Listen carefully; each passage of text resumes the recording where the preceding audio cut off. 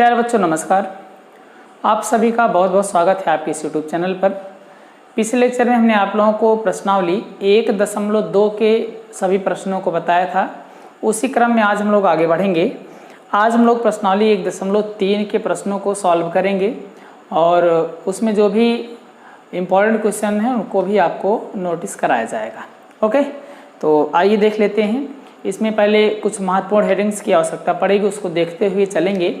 उसके बाद हम लोग एक्सरसाइज पर पहुंचेंगे। ठीक है, तो सबसे पहली हेडिंग जो हमें समझनी है वो है उपसमुच्चय।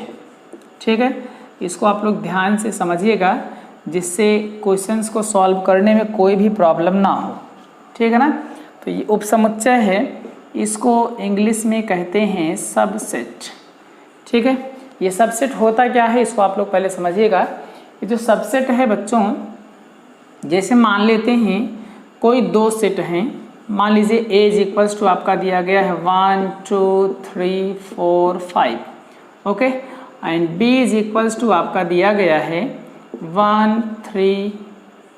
ओके, तो यहाँ पे आपको दो टाइप के सेट आपको देखने को मिल रहे हैं। एक आपका दिया गया 1 2 3 4 5 एंड दूसरा आपका दिया गया 1 और 3। ठीक है ना।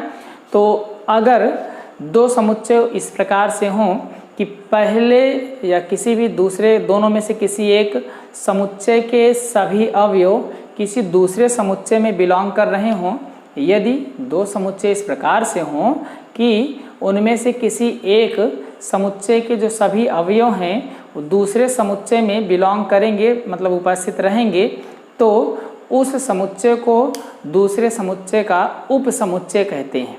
ठीक है, फॉर एग्जाम्पल यहाँ पे हम लोग देख रहे हैं ए कोई समुच्चय है, बी दूसरा कोई समुच्चय है। ए में 1 2 3 4 5 लिखा है एंड बी में आपका 1 और 3 लिखा हुआ है। तो जो बी के सभी अवयव हैं वो ए में उपस्थित हैं, इसलिए बी जो है आपका ए का उपसमुच्चय कहलाएगा और इसको इस तरीके से रिप्रेजेंट करते हैं। इसको सबसेट पढ़ा जाता है और इसको हम लोग ऊपर दिए गए जो भी एग्जाम्पल्स हैं उनको हम लोग इस तरीके से लिख सकते हैं कि B is the subset of A। इसको पढ़ते हैं उपसमुच्चय B उपसमुच्चय है A का, यानी कि B is the subset of A। Okay, तो आपको हमने परिभाषा में बताया दो समुच्चय इस प्रकार से हों कि उनमें से किसी एक समुच्चय के जो सभी अवयव हैं वो दूसरे समुच्चय में अगर उपस्थित रहेंगे तो वो जो समुच्चय है वो बड़े वाले समुच्चय का उपसमुच्चय कहलाएगा, जिससे कि वो मिलकर के बना होगा। ठीक है, तो यहाँ से B के सभी अवयव A में उपस्थित थे, इसलिए B जो होगा A का उपसमुच्चय होगा। लेकिन A जो है वो B का उपसमुच्चय नहीं है, क्योंकि A के सभी अवयव B में उपस्थित नहीं है। ओके, उसके बाद आपका थोड़ा सा डिफरेंस है, दोनों में आपको समझते हुए चलना है ढंग से। इसके बाद जो आपकी हेडिंग है वो आपकी है उचित उपसमुच्चय। ठीक है, उचित उपसमुच्चय, बात समझ रहे हैं बच्चों। उचित उपसमुच्चय को आप लोग देखिएगा। ये जो आपका उचित उपसमुच्चय है ये कुछ इस प्रकार से होता है। मान लीजिए A बराबर आपका 1 2 3 4 और 5 इस तरीके से हो जाए और B इज इक्वल्स टू आपका हो जाए 1 2 4 कुछ भी इस तरीके से। ठीक है, तो अगर A के सभी अवयव B में उपस्थित हों, कहने का, या B के सभी अवयव A में उपस्थित हों, जैसे मान लीजिए B प्रॉपर सबसेट है A की। ठीक है, B के सभी अवयव अगर A में उपस्थित हैं, इसका मतलब B जो है सबसेट है, सॉरी प्रॉपर सबसेट नहीं है, B सबसेट है A का। और इसी के साथ साथ अगर एक कंडीशन और फॉलो कर जाए कि B is not equals to A, कहने का मतलब B के जो सभी अवयव हैं वो A में जरूर उपस्थित हैं, लेकिन B जो है A के बराबर नहीं है, तो इस दशा में B जो होता है वो आपका सबसेट के साथ साथ प्रॉपर सबसेट भी होता है, यानी कि उचित उपसमुच्चय भी होता है, और इसको B प्रॉपर सबसेट A से रिप्रेजेंट करते हैं या पढ़ते हैं। ठीक है, तो हमने आपको बताया यदि कोई दो समुच्चय इस प्रकार से हों कि एक का पूरा अवयव दूसरे में मिल रहा हो, कहने का मतलब कोई भी एक सेट दूसरे सेट का उपसमुच्चय हो लेकिन दोनों सेट बराबर ना हो, तो इस प्रकार के समुच्चय को हम लोग उचित उपसमुच्चय कहते हैं। जैसे B के सभी अवयव A में उपस्थित हैं, तो जो B है आपका वो A का प्रॉपर सबसेट होगा, क्योंकि B is not equals to A। Okay, और यहाँ पे थोड़ा सा दोनों में डिफरेंस है, इसको समझिएगा। यहाँ पे अगर मान लीजिए B इज इक्वल्स टू भी 1 2 3 4 एंड 5 हो जाए, तो भी B आपका A का क्या होगा, सबसेट होगा, और साथ ही साथ A भी B का सबसेट होगा। लेकिन A जो है वो B का, या B जो है वो A का प्रॉपर सबसेट नहीं होगा। ध्यान से समझ लीजिएगा एक बार फिर से, सबसेट और प्रॉपर सबसेट में थोड़ा सा डिफरेंस है। डिफरेंस बस यही इतना है कि B जो है A का प्रॉपर सबसेट तभी होगा जबकि वो सबसेट हो, लेकिन दोनों जो सेट हों वो एक दूसरे के इक्वल ना हो। ओके, मतलब दो समुच्चय इस प्रकार से हों कि एक का अवयव दूसरे में उपस्थित हो लेकिन दूसरा जो है पहले के बराबर ना हो, तो इस प्रकार के समुच्चय को हम लोग उचित उपसमुच्चय कहते हैं। और अगर बराबर हो जाए या ना हो, कोई भी कंडीशन फिक्स ना हो, तो उस दशा में जो आपका बनेगा उसे हम लोग सबसेट कहते हैं। ओके, उसके बाद हम लोग नेक्स्ट हेडिंग की तरफ आगे बढ़ेंगे। इसको इरेज करते हैं। नेक्स्ट हेडिंग हमारी जो आपकी बनेगी वो होगी इंटरवल, थोड़ा सा अंतराल हम लोग देख लेते हैं। उसके बाद हम लोग पावर सेट को देखेंगे। ठीक है, इसको इरेज कर लेते हैं। पहले हम लोग इंटरवल यानी कि अंतराल को समझ लेते हैं, क्योंकि इस एक्सरसाइज में आपका इंटरवल भी कुछ क्वेश्चंस हैं जो इंटरवल पर बेस्ड हैं, तो उसकी जानकारी आवश्यक है। ठीक है, अंतराल संख्याओं को प्रदर्शित करने का एक अंतराल होता है जिसको हम लोग इंटरवल कहते हैं। ठीक है बच्चों, इंटरवल आपका दो प्रकार से होता है। एक होता है बंद अंतराल और दूसरा होता है खुला अंतराल। ठीक है, बंद अंतराल या दूसरा आपका खुला अंतराल, इसी को कहते हैं संवृत्त अंतराल, या और दूसरे को कहते हैं विवृत्त अंतराल। ठीक है, संवृत्त का मतलब है क्लोज्ड इंटरवल। ठीक है, एंड विवृत्त का मतलब है ओपन इंटरवल। ठीक है, क्लोज इंटरवल एंड सेकेंड आपका ओपन इंटरवल, दोनों में थोड़ा सा डिफरेंस है, उसको समझिएगा। जो बंद अंतराल है इसको हम लोग बड़े कोष्ठक से प्रदर्शित करते हैं, इसको बड़े कोष्ठक द्वारा प्रदर्शित किया जाता है, और खुले अंतराल को ये छोटे कोष्ठक द्वारा प्रदर्शित किया जाता है। ठीक है, तो जरा सा अंतर है, उसको आप लोग समझने का प्रयास कीजिएगा। मान लीजिए कहीं पे आपको इस तरीके से क्लोज इंटरवल 2 and 3 देखने को मिले, या फिर 2 and 5 मान लीजिए इस तरीके से लिखा है नेचुरल नंबर के लिए, तो हम लोग प्राकृतिक संख्या के लिए, तो हम लोग क्या करेंगे बच्चों, यहाँ पे हम लोग इसको समझने का प्रयास करेंगे।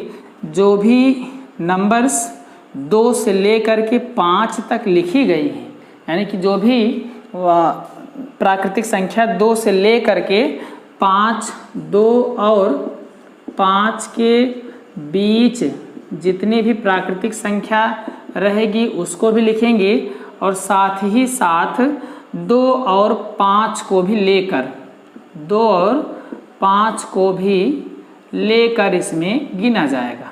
ठीक है, मतलब इसकी वैल्यू अगर हमें कहीं पे लिखनी हुई 2 and 5 की, तो हम लोग इसको कुछ इस तरीके से लिख सकते हैं 2, 3, 4 and 5।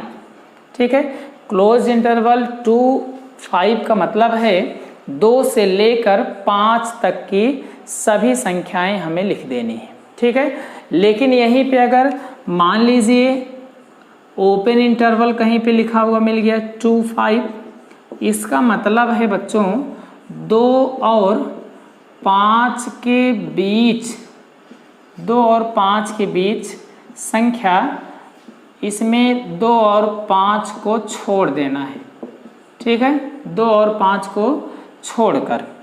या इसको हम लोग ऐसे भी लिख सकते हैं, इसका क्लोज इंटरवल 2 और 5 का मतलब है 2 से लेकर 5 के बीच की संख्या, 2 से लेकर 5 तक की संख्या, इस तरीके से लिख सकते हैं। बीच नहीं लिखना है, और बीच की संख्या हम लोग तब लिखेंगे जबकि जो हमारा इंटरवल होगा वो ओपन इंटरवल होगा तब, ठीक है।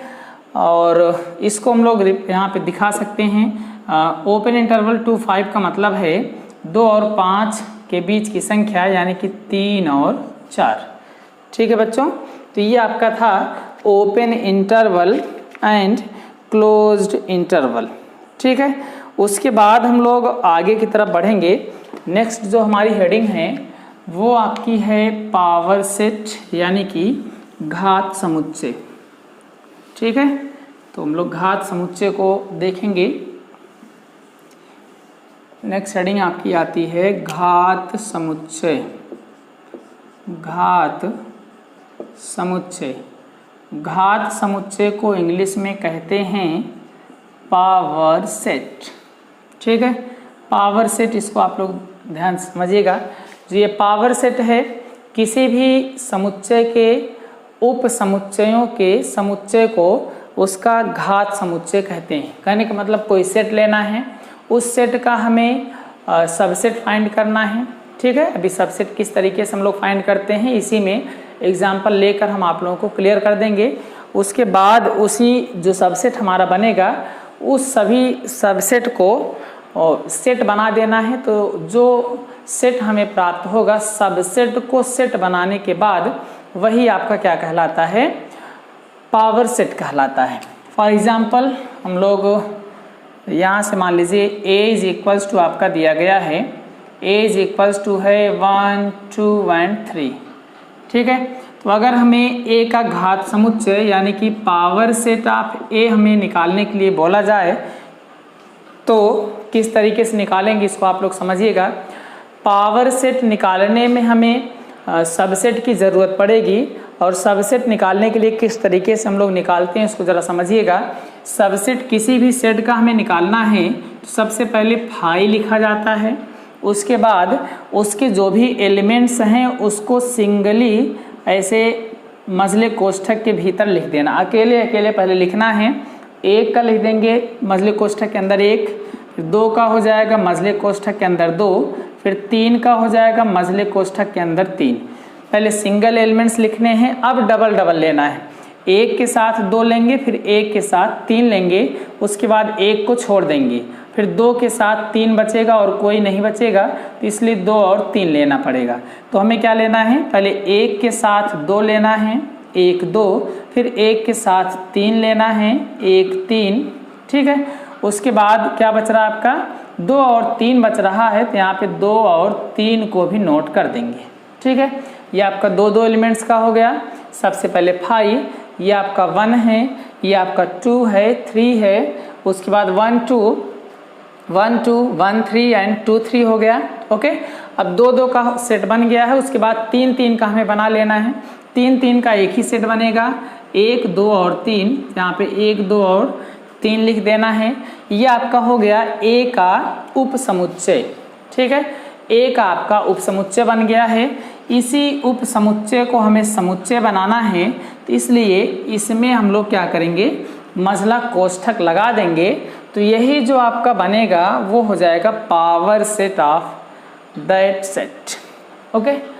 हमने आपको परिभाषा में ही बताया, किसी भी समुच्चय के उप समुच्चयों के, ये सभी इसके उप समुच्चय हैं, उप समुच्चयों के समुच्चय को, ठीक है, उप समुच्चयों के समुच्चय को हम लोग क्या कहते हैं, घात समुच्चय कहते हैं। इसको P ऑफ A से रिप्रेजेंट करते हैं, जैसे P of A P of B इस तरीके से रिप्रेजेंट किया जाएगा, और इसको निकालने का तरीका भी हमने आपको बता दिया है। रेस करते हैं, उसके बाद हम लोग एक एग्जाम्पल और लेते हैं, फिर आप लोगों को क्लियर हो जाएगा कि पावर सेट निकालने में कोई भी प्रॉब्लम नहीं होगी, ओके। मान लेते हैं आपका A इज इक्वल्स टू दिया है A B एंड C, ठीक है। ए बी और सी आपका दिया गया है, तो आपसे पूछ रहा है पावर सेट ऑफ ए, आप लोग बताइए कैसे निकालेंगे। ठीक है, तो हमने आपको बताया था पावर सेट निकालने का मतलब है उसी सेट का हमें सबसे पहले सबसेट फाइंड करना पड़ेगा। तो आइए हम लोग इसका सबसेट फाइंड कर लेते हैं। सबसे पहले हम लोग यहाँ से सबसेट निकालने के लिए हमने आपको बताया था सबसे पहले फाई लिखना है, उसके बाद सभी सिंगल एलिमेंट्स को मजले कोष्ठक के भीतर लिखना है। तो ये हो जाएगा मजले कोष्ठक के भीतर ए, फिर बी लिखना है, उसके बाद सी लिख देना है। ठीक है, ए बी और सी हो जाएगा, ये सिंगल सिंगल हो गए। उसके बाद सभी डबल करना है, ए के साथ बी, फिर ए के साथ सी, ये आपका हो जाएगा ए कामा बी, फिर इसी के साथ ये आपका हो जाएगा ए कामा सी। ए के साथ दोनों लिख दिए गए हैं, अब बी के साथ लिख देना है, ये आपका हो जाएगा बी और सी। ठीक है, ये दो दो का सेट बन गया। अब तीनों को एक साथ कर देना है, तीनों को एक साथ करने का मतलब ए बी और सी हो जाएगा। ठीक है ना, अब इसी को हमें सेट बना देना है। सेट बनाने का मतलब इस पूरे एलिमेंट्स को हमें क्या करना है, ये कलेक्शन बना लेना है। यही जो आपका कलेक्शन बन जाएगा पूरा, यही कलेक्शन क्या कहलाएगा, ये आपका पावर सेट कहलाता है। ठीक है, तो इसको आप लोग अपने आप से चेक भी कर सकते हैं। किसी भी समुच्चय में उप समुच्चयों की जो संख्या है बच्चों, किसी समुच्चय के उप समुच्चयों की संख्या ये आपकी होती है 2 की पावर में n, जहाँ n उस समुच्चय में अवयवों की संख्या है। ठीक है, उस समुच्चय में क्या है, अवयवों की संख्या है। तो हमने आपको बताया कि आप लोग चेक भी कर सकते हैं उप समुच्चयों की संख्या हमारी सही है या फिर नहीं है। तो इसको चेक करने का तरीका है 2 की पावर में n लिख देना है। n का मतलब वही एलिमेंट्स जो कि उस सेट में उपस्थित होंगे। तो आइए हम लोग देख लेते हैं इस सेट में कितने एलिमेंट्स हैं। इस सेट में आपके 3 एलिमेंट्स हैं, तो हम लोग 2 की पावर में 3 यानी कि 8 कलेक्शन यहाँ पे बना पाए हैं कि नहीं, आइए इसको चेक कर लेते हैं। ये आपका 1 2 3 4 5 6 7 एंड 8 आपका एलिमेंट्स बन रहा है इस पावर सेट के भीतर। इसलिए जो हमारा पावर सेट आया है वो आपका एकदम सही है। ठीक है, तो आप लोग इसको देख भी सकते हैं। उसके बाद आपका एक हेडिंग और बचती है, उसको हम लोग देख लेते हैं। उसके बाद फिर आगे देखेंगे। तो हमारी जो हेडिंग है वो आपकी है यूनिवर्सल सेट, सार्वत्रिक समुच्चय, सार्वत्रिक समुच्चय। सार्वत्रिक समुच्चय जैसा कि नाम से ही स्पष्ट है, इसको हम लोग बोलते हैं यूनिवर्सल सेट। यूनिवर्सल सेट का मतलब वह, मान लीजिए कोई बहुत सारे सेट आपको दिए गए हैं, बहुत सारे समुच्चय आपको दिए गए हैं, उन सभी समुच्चयों का आपका कलेक्शन बनाना है। तो आपसे पूछा जाएगा कि आप बताइए कि नीचे दिए गए जो भी सभी सेट्स हैं उनका एक कॉमन सेट क्या हो सकता है। तो वही जो आपका कॉमन सेट बनेगा, ऐसे सेट जिनमें सभी दिए हुए सेट्स के एलिमेंट्स उपस्थित रहेंगे, प्रेजेंट रहेंगे, उनको हम लोग क्या कहते हैं, सार्वत्रिक समुच्चय कहते हैं।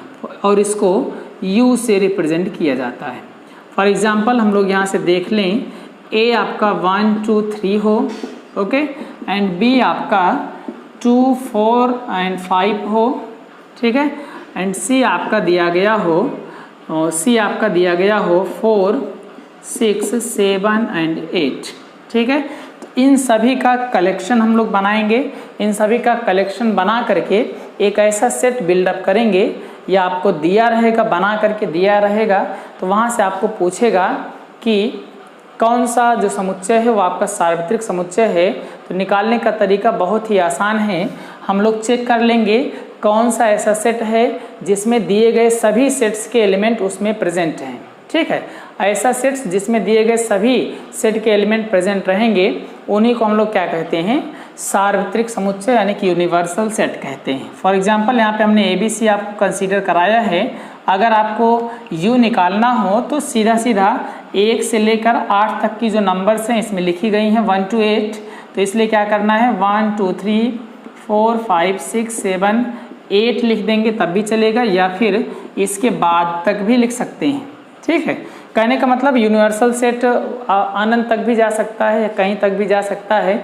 आपको सिर्फ यही देखना है कि उस दिए हुए सभी सेट्स के एलिमेंट उस यूनिवर्स या उस सेट में प्रेजेंट है कि नहीं, जिसे हमें यूनिवर्सल सेट की पहचान करनी है, जिसे देख करके हमें बताना है। ठीक है, तो अगर दिए हुए सभी सेट्स के एलिमेंट किसी एक सेट में बिलोंग करने लगेंगे तो वही जो आपका बड़ा सेट बनेगा वो क्या कहलाएगा, यूनिवर्सल सेट कहलाता है। ठीक है, तो ये थे कुछ इम्पॉर्टेंट टॉपिक्स जिनकी सहायता से हम लोग अगली प्रश्नावली को हल करेंगे और उसमें दिए गए प्रश्नों को समझेंगे। तो इतना आप लोग देखिएगा, उसके बाद हम लोग नेक्स्ट वीडियो में एक्सरसाइज को सॉल्व करेंगे। ठीक है, वीडियो को पूरा देखने के लिए बहुत बहुत धन्यवाद।